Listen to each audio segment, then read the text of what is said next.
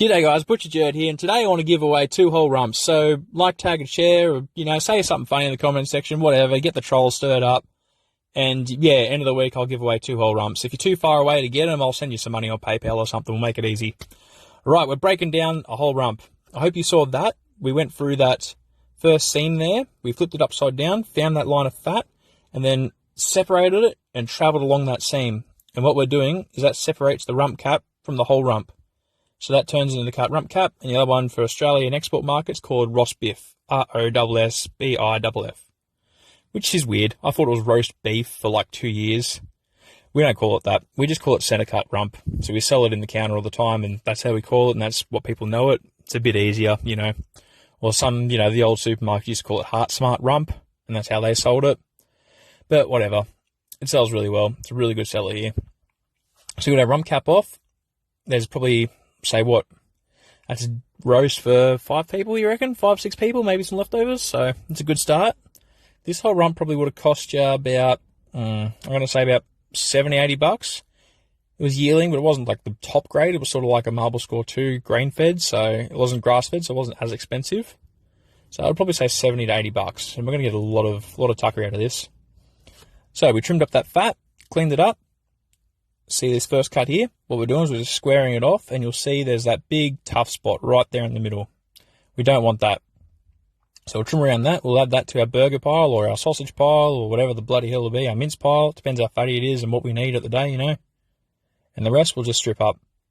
So we'll start our stroganoff pile. Or it doesn't have to be stroganoff, It could be sweet and sour. It could be anything, some sort of, what do I call it, tiger beef. Whatever you want it to be. We'll get beef strips out of it, nice and easy. We can just fry them up as beef strips, just eat them, I don't care. But we're doing beef strips. So, cutting motion is pretty simple. You just keep the back of your knife up against your knuckles and the blade angled away. And then that's pretty easy, isn't it? So we've got a nice cutting face now. So start at the top. You get your knife to hit the front of the bench. And then once it hits the front of the bench, just bring it back. Nice and easy. You see these first ones have that tough streak in them? We'll get that out. You can get it out by separating the whole rump down into 2 sections, but it's a lot easier for new people just to do it this way. Cut your steaks however thick you want, thin or thick, and then pull that out. So the first 3 or 4 generally have that line in them. It sort of fades out as the rump goes on. So you can see it's still got it there, but it's getting a bit smaller. So we'll use those first ones for steaks, trimmed up nicely. We'll probably use these next ones for casserole beef maybe, Do some crock pot work. We'll get some more steaks, we can get some kebabs.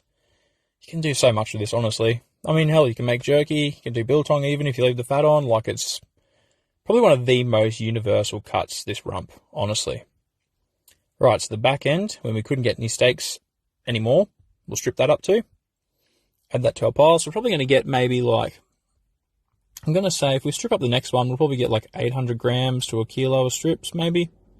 We squash it down a bit, we'll strip this up too.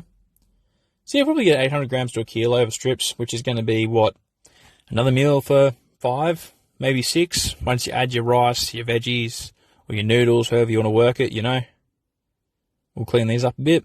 It's got a little bit of fat left on the corner there, a little bit of silver, so we'll just scrape that off. 2 nice big steaks there, gorgeous. And you can just stop there if you wanted to. What we're going to do is we're going to do some casserole. So run our knife down long ways, and then we can line them all up. And just cut them. Look at that. Super easy, isn't it? You don't have to do it like this, If you feel safer just doing one at a time, you can literally run off one strip and then dice that one strip. You're not in a rush in your kitchen. You can take your time, have a play, get used to things, feel it out. Doesn't hurt. So this one's got that bit of silver, so we'll take that out, lean it up, and then we'll do kebabs. So same again, we're going to dice it however we want. We're going to do it probably Goldilocks right in the middle. So that's just what we do, Not too big, not too small, just right to grill. There we go, look at that. And beautiful. We've got a couple gun skewers. Called gun skewers because of the shape of them. So we'll get probably, 4 bits of meat on these, probably fill them up. That's what we usually do in the shop. You can add your capsicums and your, whatever you want to add to it, you can add to them as well.